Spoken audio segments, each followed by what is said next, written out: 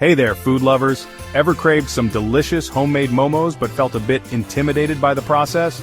Don't worry, I've got you covered. Today, I'm showing you a simple, step-by-step guide to making the perfect momos at home. First, let's start with the dough. You'll need 2 cups of all-purpose flour, a pinch of salt and water. Mix the flour and salt, then slowly add water, kneading until you get a smooth dough. Cover it with a damp cloth and let it rest for about 30 minutes. While the dough is resting, let's prepare the filling. You can get creative here, but for today, we'll go with a classic veggie filling. Finely chop 1 cup of cabbage, 1 cup of carrots, and 1 cup of onions. In a pan, heat a tablespoon of oil, add the veggies, 2 chopped garlic cloves, and a teaspoon of ginger paste. Sauté them until they're tender, then season with salt, pepper, and a splash of soy sauce. Let the mixture cool. Now, back to our dough. Roll it into a long cylinder and cut it into small, even pieces.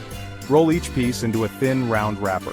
Place a spoonful of the filling in the center, then fold and pleat the edges to seal the momo. Don't worry if it's not perfect. Practice makes perfect. Time to cook. You can steam them for 10, 12 minutes or until the dough becomes translucent.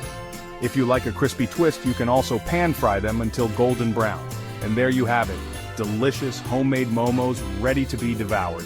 Serve them with your favorite dipping sauce and enjoy.